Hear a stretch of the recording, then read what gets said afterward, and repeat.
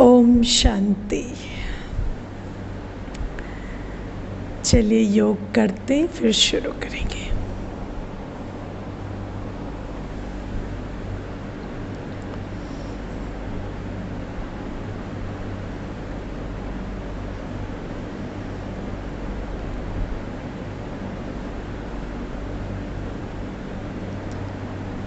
कुछ घड़ियों के लिए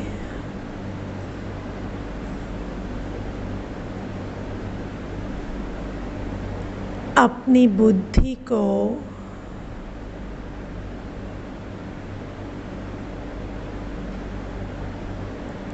इस भौतिक दुनिया से समेटते हुए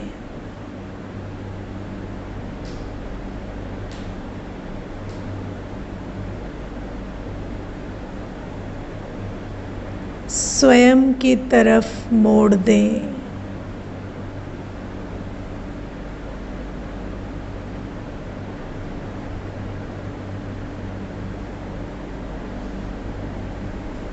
अपना ध्यान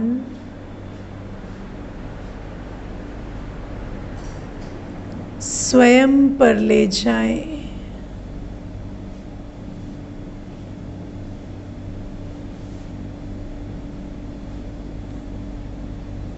दोनों आँखों के पीछे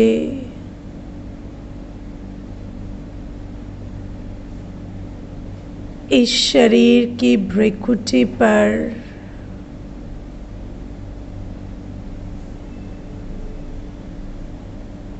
मैं स्थित हूँ।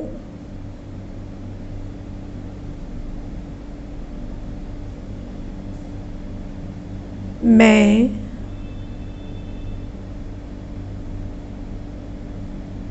एक दिव्य प्रकाश पुंज हूँ।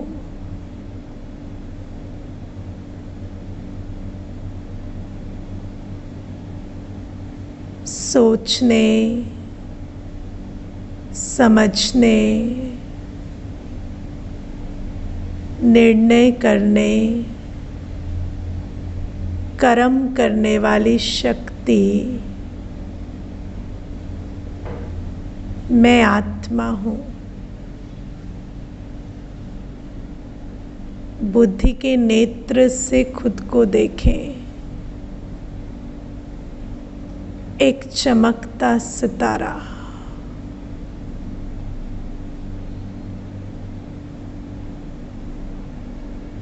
मैं ही वो प्राण शक्ति हूँ जो आँखों से देखती हूँ, कानों से सुनती हूँ।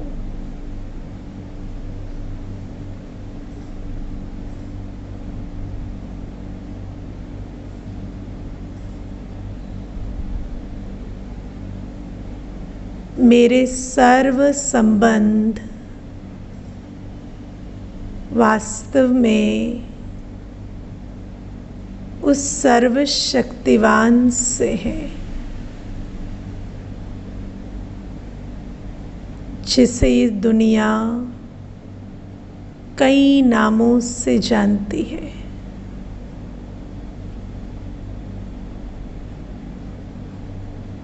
भगवान, ईश्वर, अल्लाह, वाहेगुरु,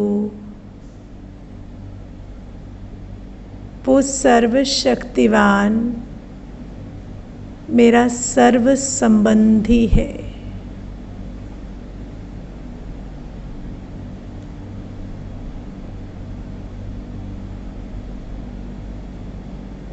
जैसे ही मुझे स्मृति आती है कि मैं स्वयं सर्वशक्तिवान की संतान हूँ,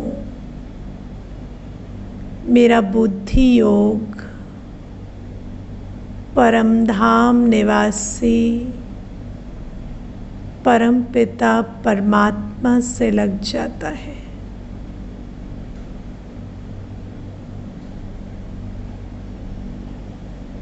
अनुभव करें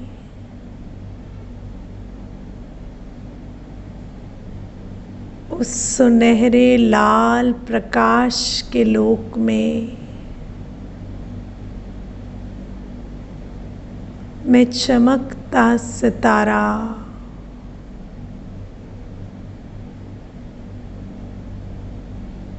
मेरे सर्व संबंधी परमपिता परमात्मा ज्योति बिंदु शिव बाबा के सम्मुख हो।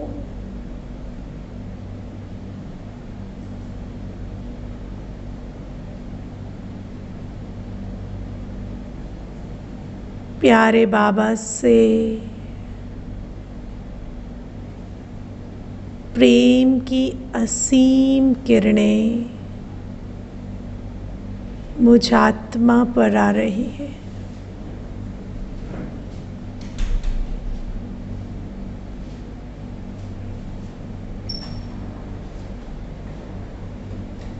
शिव बाबा मुझे मैं जो हूँ, जैसे हूँ वैसे स्वीकार करते हैं।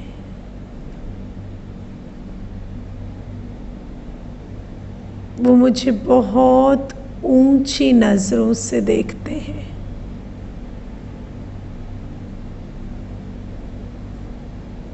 वो मेरी पूरी जीवन कहानी को जानते हैं।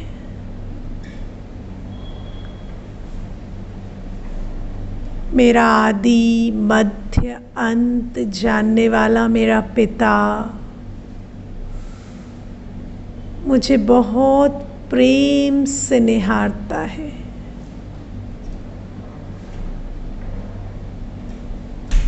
मैं उनकी किरणों की बाहों में समाती जा रही हूँ।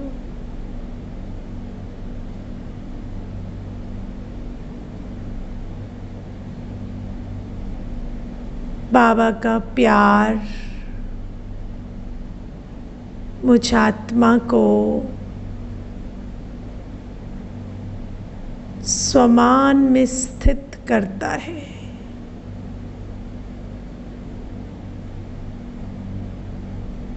मुझे निश्चय हो रहा है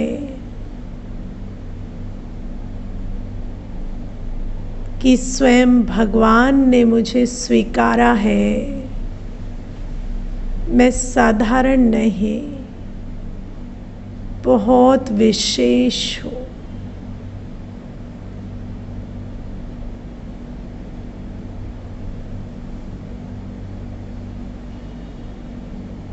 शिव बाबा के सानिध्य में इन घड़ियों में मेरे दिल को बहुत आराम मिल रहा है।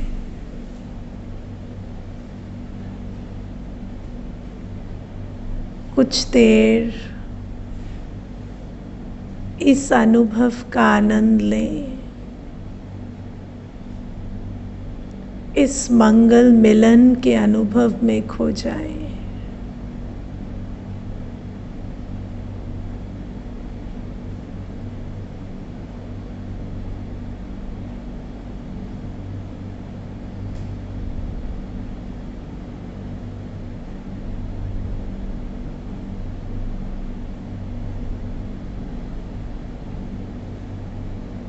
अब बाबा के प्रेम से भरपूर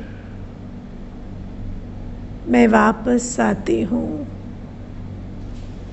इस भौतिक जगत की चेतना में। पुनः अपना कार्य व्यवहार आरंभ करती हूँ।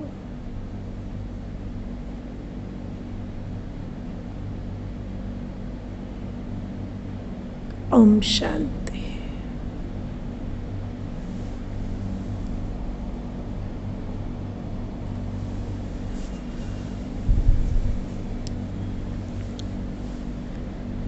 हमने परमात्मा का निवास स्थान समझा कि वो परम धाम निवासी हैं।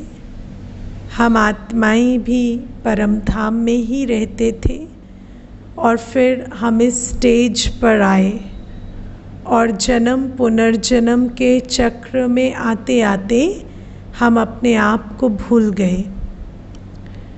हमने परमात्मा का रूप भी जाना कि वो ज्योति बिंदु हैं। हमने ये भी समझा कि उनका कर्तव्य सृष्टि बनाना या सृष्टि को चलाना नहीं है, वो कलयुग अंत में आकर हमें गुणों से भरते, ज्ञान से भरते और दोबारा से सतयुग की स्थापना करते। वो कैसे? संस्कार, संस्कृति और संसार, पता है ना। पहले हमारा संस्कार बदलता क्योंकि हमारी स्मृति बदलती। स्मृति बदलती कि मैं कौन हूँ, किसकी हूँ, तो वृत्ति, दृष्टि, कृति बदलती। जो कर्म हम बार बार करते वो संस्कार बनता, और जब कई लोग वो संस्कार धारण करते तो संस्कृति बदलती, और ऐसे नया संसार आता। तो ये परमात्मा का कर्तव्य है। हमने ये भी समझा कि परमात्मा जो है उनके गुण क्या हैं, तो ज्ञान के सागर, पवित्रता के सागर, प्रेम के सागर हैं। अब आज हम परमात्मा का नाम भी थोड़ा ठीक से समझेंगे। हालांकि कमेंट्री में मैं शिव बाबा नाम कई बार लेती हूँ। तो शिव बाबा क्यों? क्योंकि शिव जो शब्द है उसके 3 अर्थ होते हैं। शिव माना बीज, शिव माना बिंदु, और शिव माना कल्याणकारी। तो परमात्मा इस मनुष्य सृष्टि के बीज हैं, बिंदु स्वरूप हैं और कल्याणकारी हैं। इसी कारण से उनका नाम शिव है। अब जब हम शिव सुनते हैं तो हमारे मन में शंकर जी की मूर्ति आती है ना, जो सर्पधारी और त्रिशूलधारी।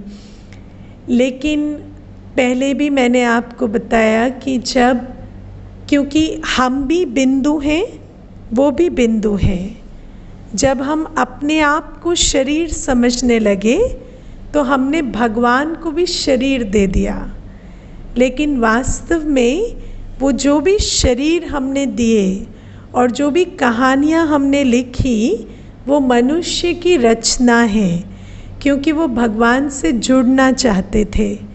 तो क्योंकि उनको परिचय नहीं था तो उन्होंने यथाशक्ति बहुत शुभ भावना से वो सारे चित्र बनाए, और हमने कोशिश की जानने की कि भगवान कैसा है। लेकिन परमात्मा आकर हमें अपना सत्य परिचय देते हैं कि मैं ना तो शरीरधारी हूँ, ना ही मेरी वो कहानियाँ हैं जो तुमने पढ़ी हैं। मैं तो ज्योति बिंदु हूँ, और मैं सिर्फ कलयुग अंत में आकर तुम्हें ये ज्ञान गुण शक्ति देकर तुम्हारी पुनर्स्थापना कर देता हूँ। तुम दोबारा से वैसे हो जाते हो जैसे तुम थे, और उससे सृष्टि भी जैसी थी वैसी हो जाती है, जिसको कहते हैं चढ़ती कला तेरे बहाने सर्व का भला, है ना। तो जब हम चढ़ते हैं तो प्रकृति के 5 तत्व भी हमारे साथ साथ सतोप्रधान बनते जाते हैं। तो ये है परमात्मा का नाम। अब परमात्मा और आत्मा में एक मूल फर्क है। परमात्मा जन्म मरण के चक्र में नहीं आते, आत्मा जन्म मरण के चक्र में आती है। इसलिए परमात्मा कभी अपने गुण शक्तियाँ खोते नहीं, क्योंकि हम चक्र में आते हैं इसलिए हम खो देते हैं ना। तो इसीलिए परमात्मा को क्या कहते हैं? सदा शिव, क्योंकि वो सदा कल्याणकारी रहते। हम भी अपनी ओरिजिनल स्टेट में भरपूर थे, लेकिन हम जन्म मरण के चक्र में आते आते धीरे धीरे खाली हो गए। परमात्मा खाली नहीं होते, इसलिए सदा शिव। अब आज हम ये समझेंगे कि परमात्मा, मैं कई दिनों से आपको कह रही हूँ, परमात्मा आकर ज्ञान देते हैं, परमात्मा आकर हमारा उद्धार करते हैं, तो कैसे आते हैं वो हम आज समझेंगे। अब मैं आपको एक पहेली देती हूँ पहले। सपोज आप वो आत्मा है, वो परम आत्मा जिसके पास सत्य ज्ञान है। हम ज्ञान सुन रहे हैं ना कई दिनों से कि हम आत्मा है, ये शरीर है, स्टेज है। आत्मा के लिए निंदा स्तुति मान अपमान का कोई अस्तित्व नहीं है, लेकिन स्टेज में आकर हम विनाशी और परिवर्तनशील के साथ अटैच हो बैठे, और उसके कारण से हमने अपने आप को भूलने के कारण ये संस्कार बना लिए। बार बार लॉस फील किया, दुख फील किया, क्रोध फील किया और भय फील किया, तो वो संस्कार बनते गए। ये जो ज्ञान है, मान लीजिए आपके पास है, आप वो ज्ञान के सागर हैं, और आपको ये भी पता है कि मनुष्य के जीवन में आज जितनी भी समस्याएं हैं उसका एक ही सल्यूशन है कि वो स्वयं को पहचान जाए, और स्वयं को पहचान कर जब वो अपने कर्मों को बदलेगा, जब वो अपनी चॉइसेस को चेंज करेगा, तो उसका संस्कार भी बदल जाएगा, संसार भी बदल जाएगा। पर आप गर्भ से जन्म नहीं ले सकते। ओके, आप ऊपर है परम धाम में, ठीक है, और आपके पास वो सारा ज्ञान है। आपको ये भी पता है इस ज्ञान से सृष्टि का समाधान होगा, लेकिन आप जन्म मरण के चक्र में नहीं आ सकते। आप गर्भ से मनुष्य सदृश जन्म नहीं ले सकते, तो आप ज्ञान कैसे देंगे? आप ये ज्ञान कैसे देंगे बच्चों को? कैसे आत्माओं का उद्धार करेंगे? आप इस बारे में सोचकर मुझे उत्तर दीजिए, है ना।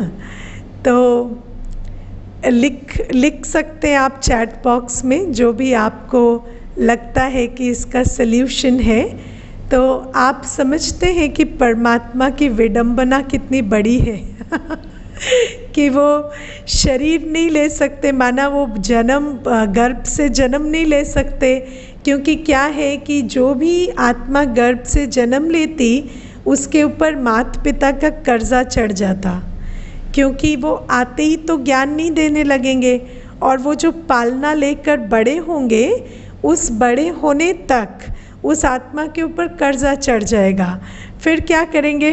कर्जा चढ़ने के बाद उसको उतारने के लिए फिर अगला जन्म लेना पड़ेगा, तो वो तो चक्र में आ जाएंगे। तो कैसे करें फिर? तो किसी ने यहाँ पर लिखा है कि कोई किसी के माध्यम से देंगे, है ना। अब माध्यम से प्रॉब्लम क्या है? मैंने आपको पहले भी बताया ना कि अभी मैं आपको ज्ञान सुनाती हूँ, तो आपको 1 घंटा सुनाती हूँ तो कितना सुनते हैं? आधा घंटा है ना। सुनाई आधा घंटा देता है, उस आधे घंटे में से समझ आता है 20 मिनट, है ना। फिर याद रहता है 10 मिनट का, है ना। और फिर जैसे जैसे लास्ट की कमेंट्री चलती है तो 5 मिनट वो भी इरेज हो जाता है, बस 5 मिनट का रहता है ना।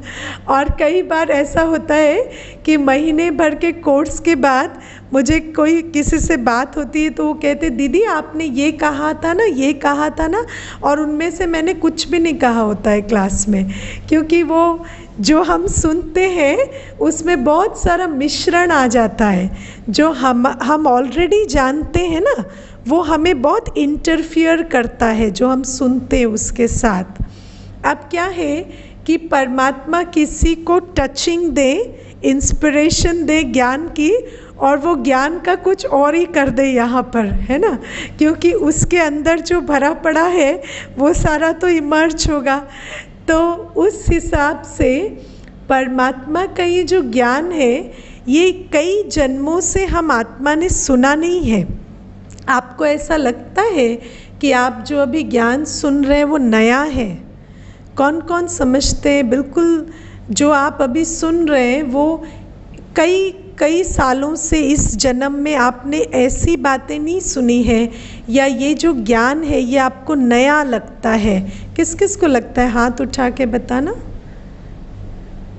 है ना। तो ज्ञान नया है और ऐसी बातें हमने नहीं सुनी है। हम सुनते थे कि आत्मा है, लेकिन हम ये सुनते थे कि मेरी एक आत्मा है, ये नहीं सुनते थे कि मैं आत्मा हूँ, है ना। ये नहीं समझते थे कि मैं आत्मा हूँ, ये नहीं समझते थे कि मैं संस्कार लेकर चली जाऊँगी, क्योंकि आत्मा को तो निर्लेप कहते थे। तो समझते थे कि मैं आत्मा यहाँ जो करूँगी वो यहीं ख़त्म हो जाएगा और फिर अगले जन्म में मेरे साथ कुछ नहीं जाएगा, है ना। तो ये ज्ञान नया है। अब क्या है कि जो ज्ञान सागर है वो अगर किसी को इंस्ट्रूमेंट बनाए तो उस ज्ञान में मिलावट हो जाएगी, तो उसको स्वयं ही आकर सुनाना पड़ता है। इसीलिए परमात्मा को कभी कभी कहते स्वयंभू, है ना। शंभू कहते ना, स्वयंभू है एक्चुअली वो, और खुदा क्योंकि वो खुद आता है ना।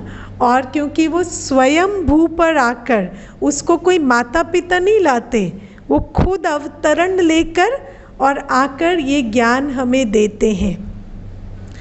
आपने ये भी सुना है कि परमात्मा ब्रह्मा के द्वारा स्थापना करते हैं, सुना है ना। हाँ, आप कभी ये सोचते हैं कि दुनिया में हर देवी देवता का चित्र हम इतना सुंदर यंग और एकदम चिर यौवन दिखाते हैं, है ना। हर देवी देवता को हम एकदम यंग दिखाते हैं, लेकिन ब्रह्मा को हम बूढ़ा दिखाते हैं, और ब्रह्मा को सफ़ेद दाढ़ी सफ़ेद मूछ दिखाते हैं, है ना। क्यों दिखाते हैं ऐसा? क्यों हम उनको यंग नहीं दिखाते? क्यों हम उनको काले बाल काले मूछ नहीं दिखाते, है ना। क्यों नहीं दिखाते? क्योंकि परमात्मा का जो कर्तव्य है वो कलयुग को सतयुग बनाना है। तो उनका कर्तव्य कहाँ चलता है? कलयुग में चलता है ना। कलयुग में आएंगे तब तो कलयुग को सतयुग बनाएंगे। तो कलयुग में जब वो आते हैं तो जिसके द्वारा वो स्थापना कराते हैं, है ना, ज्ञान तो खुद देते हैं, लेकिन जैसे मैंने आपको उस दिन बताया था कि परमात्मा को दो नाम से पुकारते हैं। एक तरफ हम उन्हें कहते हैं अकर्ता अभोक्ता, और दूसरी तरफ कहते हैं करन करावनहार। तो वो क्यों कहते हैं? क्योंकि एक तरफ परमात्मा कर्म बंधन के चक्र में नहीं पड़ते, तो वो कुछ डायरेक्टली करते नहीं, लेकिन वो ज्ञान देते हैं और उस ज्ञान को हम धारण कर कर कर्म कर कर संस्कार बनाते हैं, राइट। तो परमात्मा का करवाना ही परमात्मा का करना है, ओके। इसीलिए अकर्ता अभोक्ता और करन करावनहार दोनों परमात्मा के टाइटल हैं। तो अब शिव बाबा जो ज्योति बिंदु निराकार ज्ञान सागर है, वो ब्रह्मा के द्वारा सतयुग की स्थापना कराते हैं। कैसे कराते हैं? तो सतयुग का ज्ञान, या सतयुग में हम आत्मा कैसे थे उसका ज्ञान वो एक बूढ़े मानव के तन में प्रवेश कर कर देते हैं। पर काया प्रवेश कहते हैं इसे। और वो जिनके तन में प्रवेश करते हैं उनका चित्र आप मेरे पीछे देख रहे हैं, राइट। रोज़ मैं जहाँ बैठती हूँ तो मेरे पीछे ब्रह्मा बाबा का चित्र है। तो ये वो मनुष्य आत्मा है जो परमात्मा का वाहन बनती है। परमात्मा जिनके तन में प्रवेश कर कर नई सृष्टि का ज्ञान देते हैं। अब ये जो प्रवेशता है इसको हम ठीक से समझेंगे। आप सब ने गीता सुनी है ना। गीता के बारे में सबको पता है। अगर पूरी सुनी भी नहीं है तो कुछ आइडिया तो सबको है। अब आप देखिए, हम लोग गीता सुनते हैं, रामायण सुनते हैं, हम देवियों की कहानियाँ सुनते हैं, हम सुनते हैं कि दुर्गा जी को त्रिदेव ने बनाया, है ना। हम बहुत सारी बातें सुनते हैं, हम देवी देवताओं के बारे में इतनी सारी बातें सुनते हैं, लेकिन कभी आपके दिल में आता है कि ये देवी देवताएं कहाँ हैं और ये किन की कहानियाँ हैं। ये जो हम सुनते हैं, ये जो ब्रह्मा जी के बारे में हम सुनते हैं, या हम श्री कृष्ण के बारे में सुनते हैं, या हम सुनते हैं कि दुर्गा जी थे, या हम सुनते हैं महिषासुर का वध हुआ, तो ये सारी कहानियाँ किन की कहानियाँ हैं, वो आत्माएं कहाँ हैं अभी। कभी आपके दिल में ये प्रश्न आता है? और कभी आप सोचते हैं कि 33 करोड़ देवी देवताएं कहते हैं, तो वो 33 करोड़ देवी देवताएं कहाँ पर हैं? ठीक है, और अगर वो कहीं ऊपर है तो आप सोचो आसमान में इतनी स्टेबिलिटी है कि 33 करोड़ लोग उसके ऊपर खड़े हैं और वो गिर नहीं रहा। तो ये जो बातें हैं ये हम कभी सोचते नहीं हैं कि ये वास्तव में किन की कहानियाँ हैं। अब आप देखिए, हम दो बातें कहते हैं। एक हम कहते हैं कि जिनकी हम पूजा करते हैं, कहते हैं ये हमारी कुल देवी है, कुल देवता है, कहते हैं ना। तो इसका साफ साफ मतलब क्या हुआ कि आप इनके कुल के हैं। ठीक है, आप उस कुल के हैं, वो आपकी कुल देवी है ना, तो माना आप उस कुल के हैं। या जब आप सत्यनारायण की कथा करते हैं तो कहते हैं इस कथा को सुनने से नर नारायण बन जाएंगे और नारी लक्ष्मी बन जाएंगे, है ना। तो इसका मतलब कि नारायण नर बनते हैं और लक्ष्मी नारी बनती है, तभी तो आज हम नारी से लक्ष्मी और नर से नारायण की बात कर रहे हैं। अच्छा, हम सुनते हैं कि श्री कृष्ण ने अर्जुन को ज्ञान सुनाया, है ना। अब हम वो सारा ज्ञान सुन भी लेते हैं गीता में, लेकिन फिर हमें वो ज्ञान सुनकर परिवर्तन नहीं आता। क्यों नहीं आता? क्यों नहीं आता? क्योंकि हम सोचते हैं श्री कृष्ण ने अर्जुन को सुनाया, अर्जुन ने सुन लिया, अब मेरा क्या जाता है उसमें, मुझे थोड़ी सुनाया, है ना। या हम सोचते हैं कि श्री राम ने ये कर्तव्य किए तो बहुत अच्छी बात है, श्री राम को मुबारक हो, पर उनके समय की बात अलग थी, हमारे समय में ये सब नहीं हो सकता, है ना। इसीलिए हिस्ट्री, अगर आप वर्ड हिस्ट्री सुने तो हिस्ट्री बहुत इंटरेस्टिंग है। हिस्ट्री मतलब हिज स्टोरी, उसकी कहानी, ठीक है। और आप उसकी कहानी सुनते हुए आप अपनी जीवन को परिवर्तन नहीं कर सकते, because it is not your story.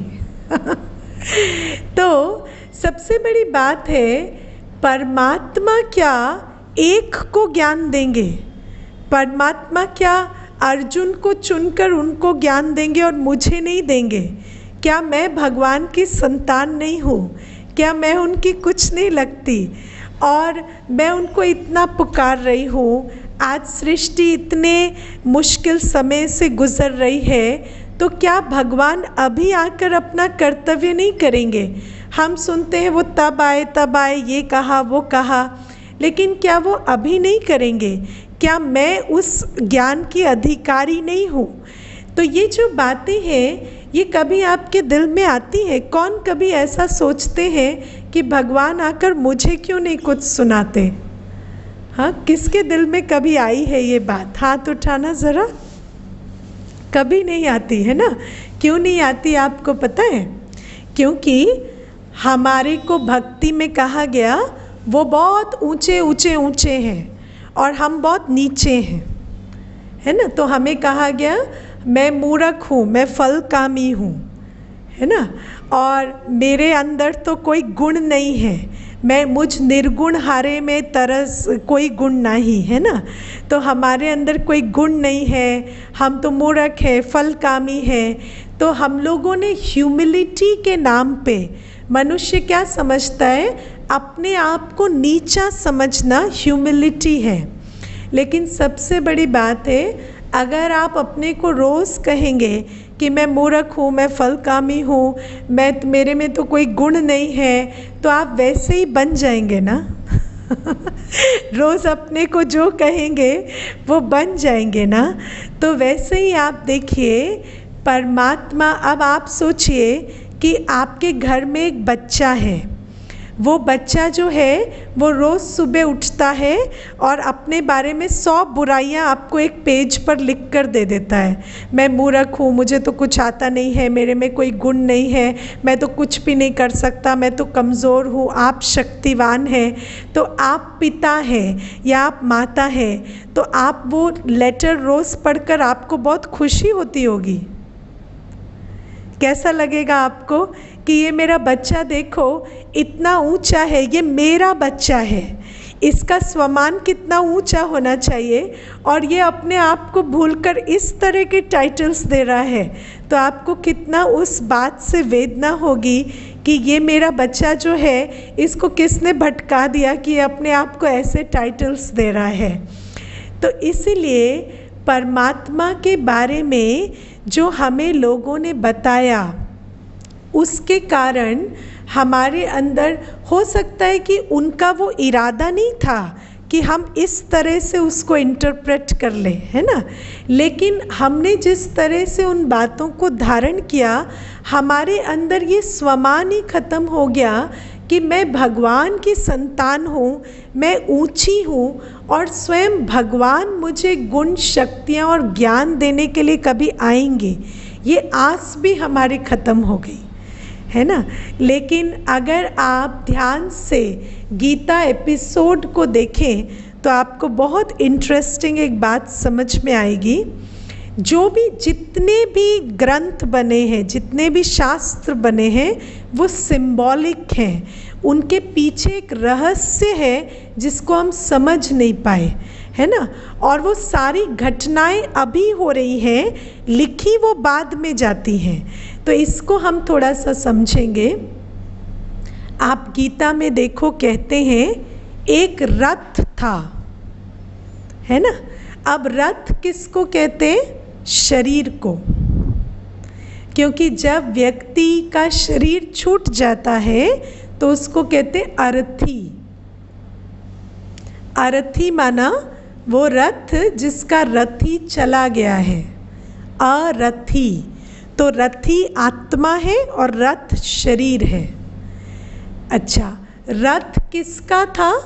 Arjun का था। अर्जुन शब्द का अर्थ क्या है? अर्जन करने वाला। अर्जन करने वाला। अर्जन करने वाला मतलब जो धारण करेगा, जो इम्बाइब करेगा, है ना। अब जो अर्जुन का रथ था, उसमें अर्जुन ने भगवान को श्री कृष्ण के साकार स्वरूप में दिखाया गया। पर जो आत्मा अर्जन करने वाली थी, उसने भगवान को अपने तन का सारथी बनाया, अपने रथ का सारथी बनाया। और कहते हैं उस रथ को 5 घोड़े थे। तो 5 घोड़े किसका प्रतीक है? 5 इंद्रियों का, है ना। तो एक मनुष्य ने, जो अर्जन करने वाला मनुष्य था, उस आत्मा ने परमात्मा को अपने तन में बिठाकर, अपने रथ में बिठाकर कहा, ये 5 घोड़े तुम्हारे हुए, ये रथ तुम्हारा हुआ, जैसे चाहो इसको चलाओ। और कहते हैं उस रथ में बैठकर दोनों ने संवाद किया। और वो संवाद, वो ज्ञान था जिस ज्ञान से अनेक धर्मों का विनाश और एक सद्धर्म की स्थापना होती है। राइट। अब आप देखिए, जो मैं आपको बता रही हूँ कि परमात्मा ने इन ब्रह्मा बाबा के तन में, इनको हम ब्रह्मा बाबा कहते हैं, इनका लौकिक में नाम दादा लेखराज था। तो दादा लेखराज के तन में ये वो अर्जन करने वाली आत्मा है, उसके रथ में परमात्मा ने प्रवेश किया और दोनों ने मिलके संवाद किया। और वो जो संवाद था वो उनके मुख से सबने सुना, और उसी ज्ञान के आधार से, वही ज्ञान आज हम सुन रहे हैं। आपसे पहले भी जिन्होंने सुना वो यही ज्ञान सुना है ना। आज जो दादियाँ हैं, शिवानी बहन है, हम हैं, सब ने यही ज्ञान सुना। ये वो संवाद से आया हुआ ज्ञान है।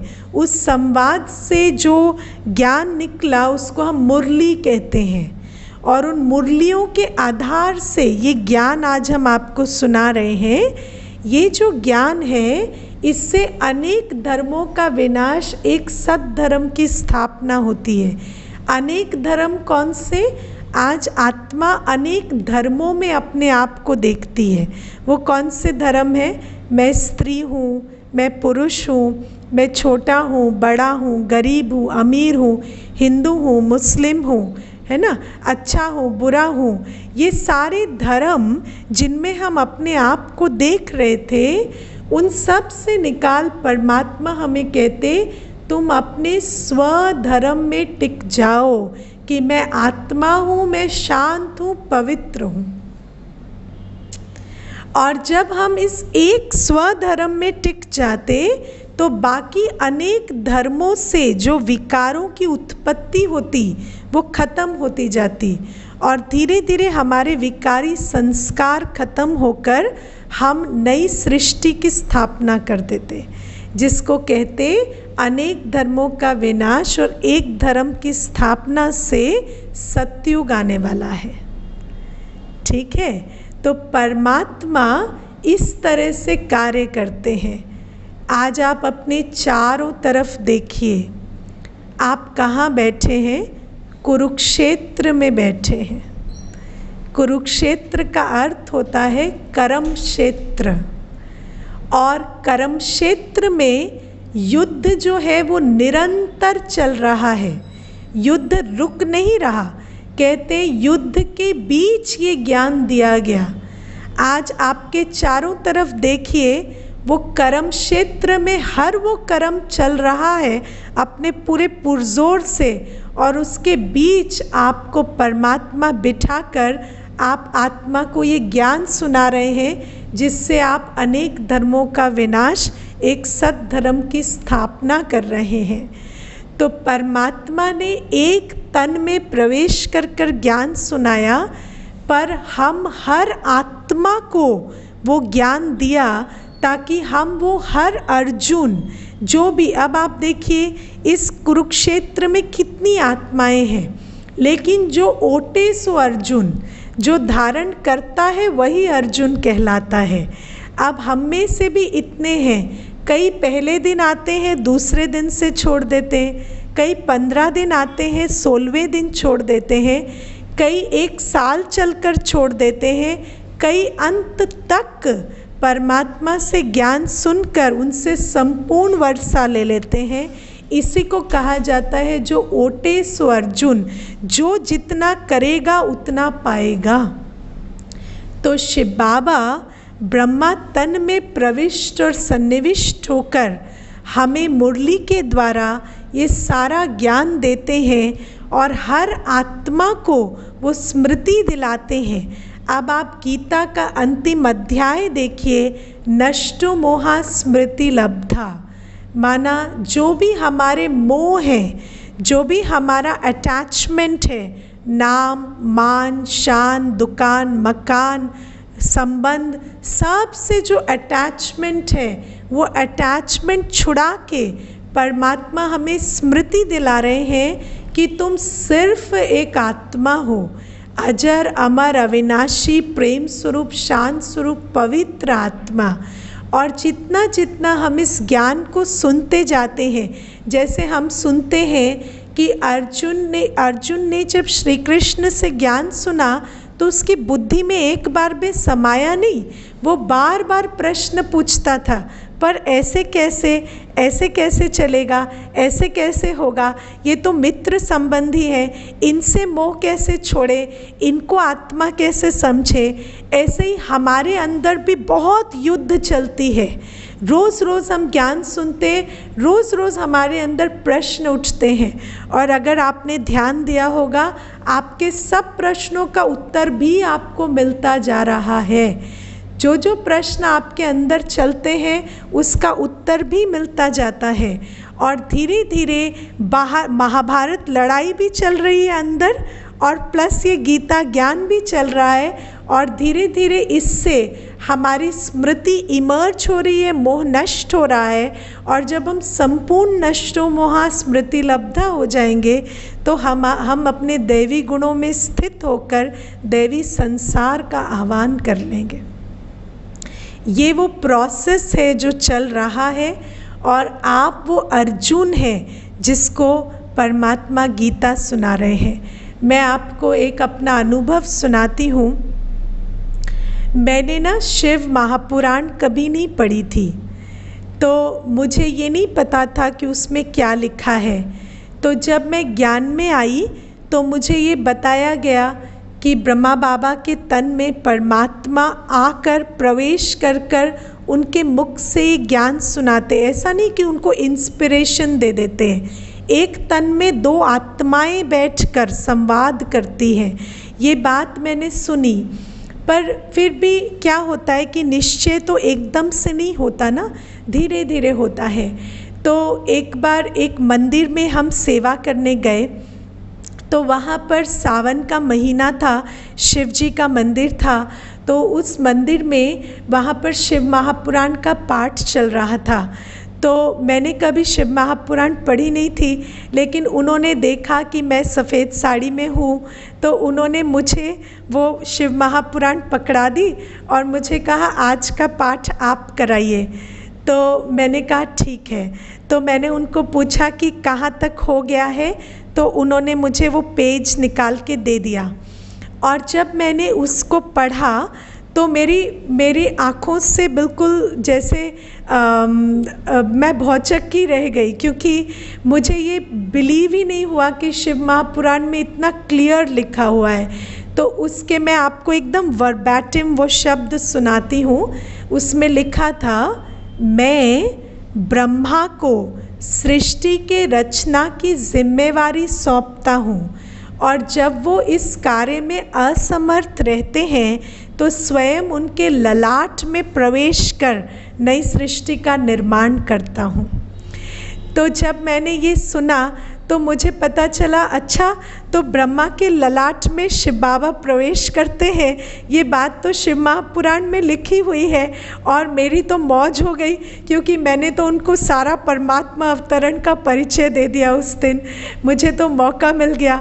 और इस तरह से वो मुझे पता चला कि ये बात कोई अनोखी नहीं है, ये शिव महापुराण में भी लिखी हुई है। मैं आपको एक और बात बताती हूँ, इस्लाम में लिखा है, आप देखिए हर धर्म में दो व्यक्तियों की बात होती है, एक परमात्मा और एक आदि पिता। जैसे हम हिंदुइज्म में ब्रह्मा कहते हैं, इस्लाम में आदम कहते हैं, क्रिश्चियनिटी में एडम कहते हैं। लेकिन गॉड और एडम, अल्लाह और आदम, और परमात्मा और ब्रह्मा, ये दो का नाम हर जगह आता है। तो इस्लाम में लिखा है, आदम को खुदा मत कहो, आदम खुदा नहीं, लेकिन खुदा के नूर से आदम जुदा नहीं। तो आदम खुदा नहीं है, है ना, पर ब्रह्मा जो है वो मनुष्य है, लेकिन परमात्मा जो नूर है उससे वो जुदा नहीं है, क्योंकि परमात्मा उसके तन में प्रवेश कर कर ज्ञान सुनाते हैं। तो ये बात जितना जितना हम सुनते गए, देखते गए, तो हमें पता चला कि धर्मों में भी ये बात बिल्कुल क्लियर आई है। और परमात्मा कोई एक आदम को ज्ञान नहीं सुनाते, परमात्मा ने उनके मुख से जो ज्ञान सुनाया वो हर आत्मा का अधिकार है, क्योंकि हर आत्मा उनका बच्चा है, उनके संतान है, और परमात्मा हमें याद दिलाते कि तुम कोई मूर्ख फलकामी नीच पापी नहीं हो, तुम तो प्रेम के, शांति के, पवित्रता के सागर की संतान हो। तो अब तुम 3 बातें याद रखो, मैं कौन हूँ, मैं किसकी हूँ, और मैं कहाँ से आई हूँ, है ना। तो परमात्मा कहते याद रखो मैं कौन हूँ, मैं वो नहीं हूँ जो मैं अपने आप को समझती हूँ, मैं तो शांत स्वरूप, प्रेम स्वरूप, अजर अमर अविनाशी, निर्भय निर्वैर, दिव्य ज्योति प्रकाश पुंज आत्मा हूँ। मैं किसकी हूँ, मैं स्वयं सर्वशक्तिवान की संतान हूँ। और मैं कहाँ से आई हूँ, मैं उस शांति देश की निवासी हूँ। इसीलिए मेरा जो मूल गुण है वो शांति है। मुझे शांति कहीं से ढूंढने की ज़रूरत नहीं है, शांति तो एक सोच की दूरी पर है। जैसे ही मैं याद कर लूँ कि मैं कौन हूँ, किसकी हूँ और कहाँ से आई हूँ, तो शांति मेरे गले का हार है। ठीक है, ओम शांति। तो आज आपको अपने पिता का परिचय भी मिला पूर्ण रूपेण, और ये भी पता चला कि वो आकर कैसे आपको अपना बच्चा बना रहे हैं और पढ़ा रहे हैं। कल हम परमात्मा से हमारे कौन कौन से संबंध हैं वो समझेंगे। ठीक है, कुछ क्वेश्चंस ले लेते हैं। ओके, बहुत सारे क्वेश्चंस हैं आज तो। दीदी मेरा जॉब पर जाने का मन नहीं करता, मैं क्या करूं, मुझे टेंशन हो रही है ना। तो नौकरी करने वाले नखरे नहीं करते हैं, ठीक है। नौकरी करनी है तो नखरे नहीं करने हैं, चुपचाप जॉब में जाना है और काम करना है। हमें जयंती दीदी, हमारी जो यूरोपियन डायरेक्टर है, वो बहुत अच्छी बात कहती है। कई बार लोग कहते हैं ना, should you like what love what you do or do what you love, है ना। कहते हैं कि जो अच्छा लगता है वो करें, या जो करते हैं वो अच्छा लगना चाहिए। तो जयंती दीदी कहती है जो करना है वो बस करना है, वो अच्छा लगे ना लगे डजेंट मैटर, है ना। जो काम है वो करना है, क्योंकि आत्मा को ये शरीर मिला है, शरीर निर्वाह के लिए खाना भी बनाना पड़ेगा, कमाना भी पड़ेगा। इसीलिए ये बात भूल जाइए कि वहाँ ऑप्शन है नापसंद करने का। ठीक है, अपने आप को वो लेवरेज ही मत दीजिए कि नौकरी करने के टाइम पे नखरे चलेंगे। Okay, can you give us the question again. Okay, शरीर के माध्यम के बिना ज्ञान नहीं सुनाया जा सकता, राइट। तो शरीर के माध्यम माना शरीर में प्रवेश कर कर, इंस्पिरेशन देकर नहीं तो सारी गड़बड़ हो जाएगी। ठीक है, इनर वॉइस भी सेम बातें बताती है। इनर वॉइस इसीलिए सेम बातें बताती है क्योंकि आत्मा भी ज्ञान स्वरूप है, राइट। तो क्योंकि हमारे अंदर भी वो ज्ञान स्मृति में है, अंदर दब गया है, इसीलिए अगर हम बिल्कुल साइलेंस में बैठते हैं तो हमारे अंदर से भी वो ज्ञान इमर्ज होता है। ओके, नया तो नहीं है, बचपन से पापा कुछ कुछ बताते थे, राइट, बट कुछ और न्यू बातें सीखने को मिलती है, correct. Why our Father God is not letting his son Atma to stay up, and he is sending Atma son to get associated with body? Why he does so? His purpose he achieve is sending Atma son to do. अच्छा, तो आप अपने बच्चे को घर में रखते हो या स्कूल भेजते हो? आप बच्चे को आराम से घर में क्यों नहीं रखते, स्कूल क्यों भेजते हो? अब बच्चा कहे पिताजी अपनी अधूरी इच्छाएं मेरे द्वारा पूरी कर रहे हैं, है ना। तो ये तो बात राइट नहीं है ना। आप बच्चे को लर्निंग के लिए स्कूल में भेजते हैं ना, ऐसे ही ये भी कर्म क्षेत्र है। आत्मा आनंद स्वरूप है, किसी को जेल में बंद करके रखना is not a good idea, है ना। तो उसको एक्सप्लोर, एक्सप्रेस और एक्सपीरियंस करने के लिए परमात्मा यहाँ भेजते हैं। गीता में यही बात आते हैं, एग्जैक्टली एकदम यही बात है गीता में, लेकिन हमने समझा कि गीता अर्जुन के लिए है, मेरे लिए नहीं है। वही गीता ज्ञान आज आपको सुनाया जा रहा है कि आपके लिए है। दीदी जो ये रामायण, गीता, शिव पुराण है, तो राम जन्म नहीं है क्या? इसको हम थोड़ा ठीक से लेंगे किसी दिन प्रॉपरली, ठीक है? ओके दीदी, ये एक बार दोबारा क्लियर करो कि क्यों बूढ़ा दिखाया है ना? बूढ़ा क्योंकि बूढ़ा कलयुग की निशानी है। तो क्योंकि ब्रह्मा बाबा का जो पाठ है, परमात्मा जो ब्रह्मा तन में प्रविष्ट होकर ज्ञान सुनाते, ये सारा रोल कलयुग में चलता है। इसीलिए ब्रह्मा के चित्र में सफ़ेद दाढ़ी, सफ़ेद मूछ, बूढ़ी आयु दिखाई, ठीक है? Why God is lazy? He acts like boss who gets work done through others. No, he is coming and doing all the work himself. है ना? इसीलिए तो बताया ना, वो आकर कार्य करते हैं, वो बिल्कुल लेज़ी नहीं है। और इनफैक्ट हम तो, गुरु नानक देव जी ने एक बात बहुत अच्छी कही थी कि देने वाला देने में नहीं थकता है, लेने वाला लेने में थकता है।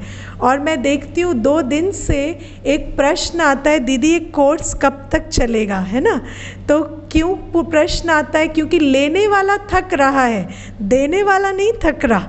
तो God is not lazy, God is giving since 1936। वो तो निरंतर दिए जा रहा है, लेने वाला लेज़ी है।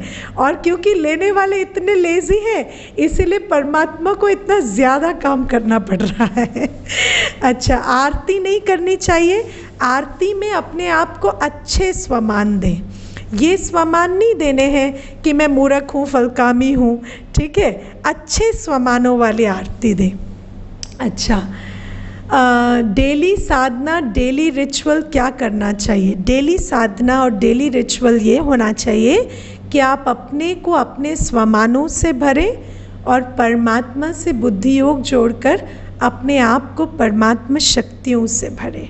ये डेली रिचुअल होना चाहिए। मुझे नहीं लगता कि कोई आएगा, मुझे तो लगता है कोई है जो मुझे हर वक्त मार्गदर्शन कर रहा है। और गलती होते ही चोट भी लगती है संभालने को। क्यों? क्योंकि परमात्मा तो आया हुआ है ना, तो उसकी उपस्थिति आपको ज़रूर अनुभव होती है।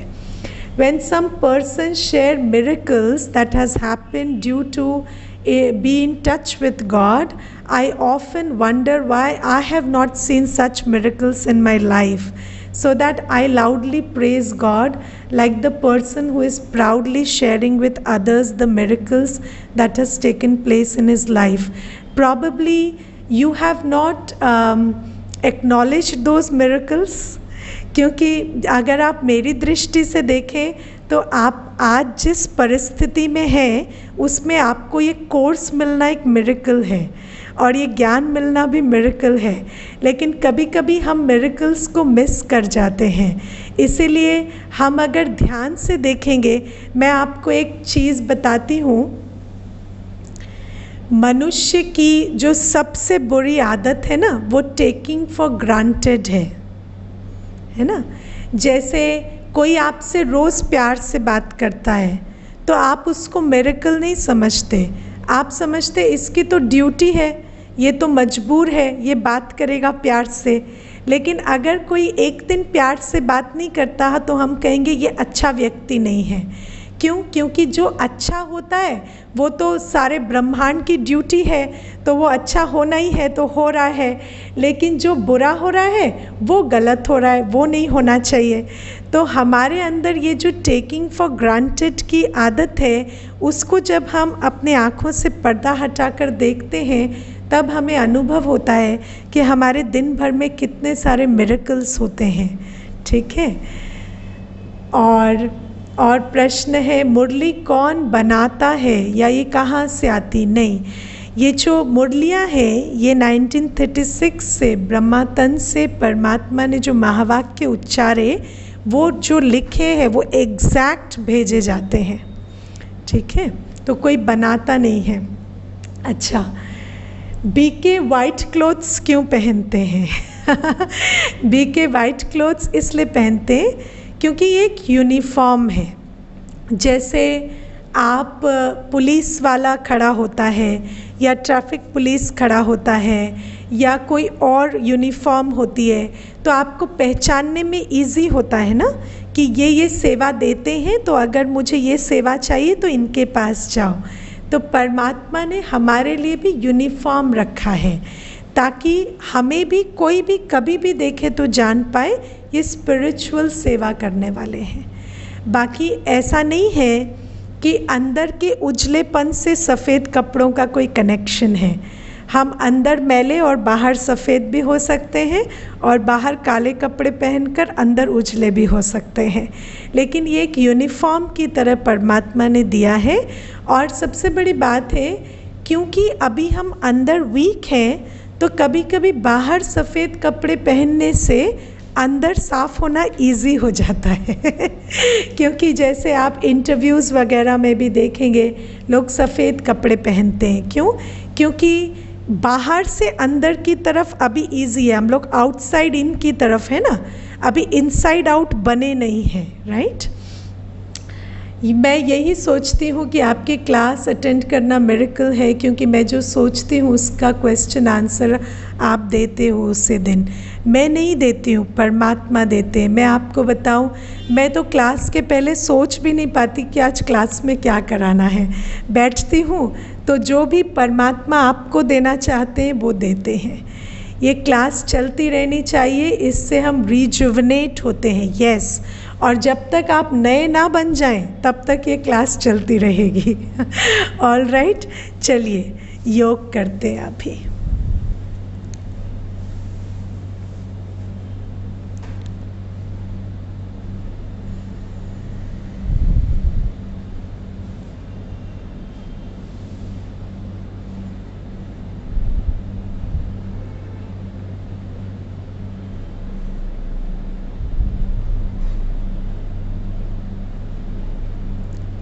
अपने स्वमान में आ जाएं।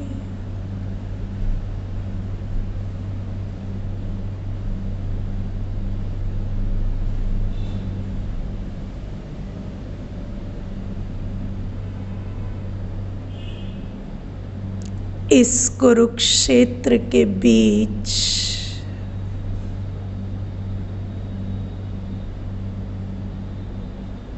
मैं वो अर्जुन हूँ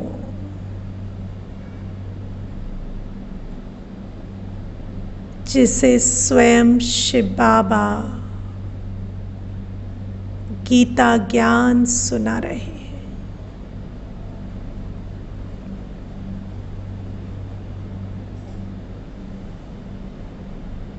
अनुभव करें इस महाभारत काल को,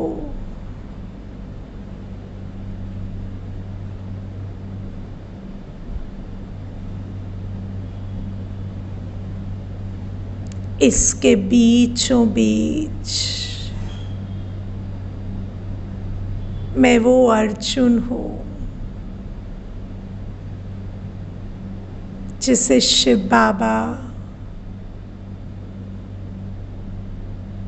बाप, टीचर, सखा बनकर ज्ञान सुना रहे हैं।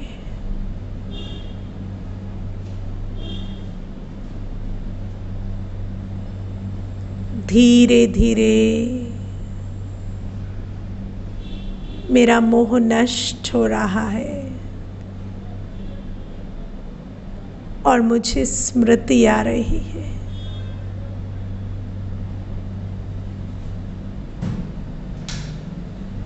मैं इस देह से न्यारी आत्मा हूँ।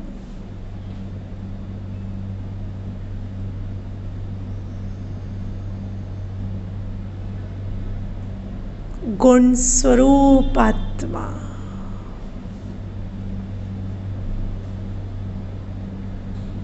पवित्र आत्मा,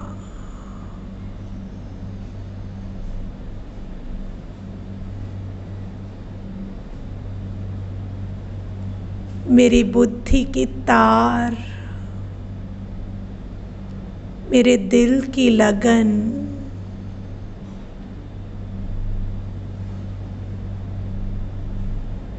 मेरे सर्व संबंधी परमधाम निवासी शिव बाबा से लगी हुई है।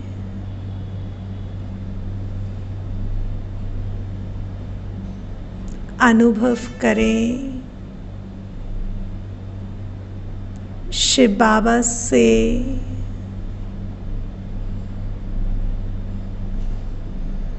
किरणों की बौछार आ रही है।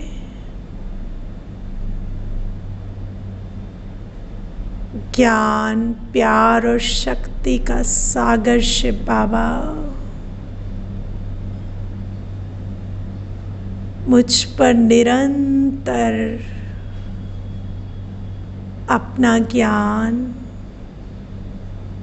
अपना प्यार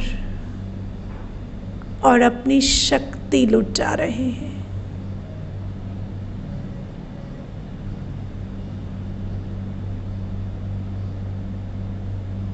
मैं उस स्रोत से कनेक्ट होकर अंदर भरती जा रही हूँ। बाबा का ज्ञान प्रकाश, प्रेम और शक्ति का प्रकाश मुझ आत्मा में समाता जा रहा है।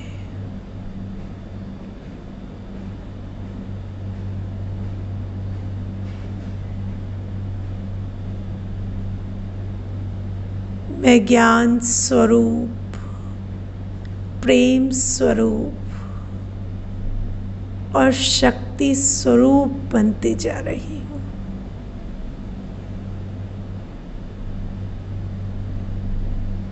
कुछ देर इस अनुभव में स्थित हो जाए।